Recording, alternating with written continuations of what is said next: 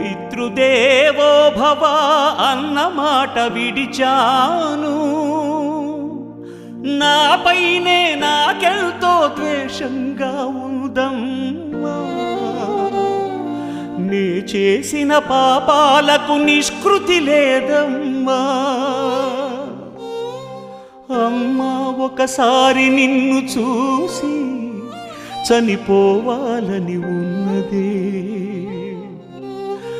నాన్నని ఒక్కసారి పిలిచి కనుమూయాలని ఉన్నది. అమ్మా నాన్న, అమ్మా అమ్మా ఒకసారి నిన్ను చూసి చనిపోవాలని ఉన్నదే.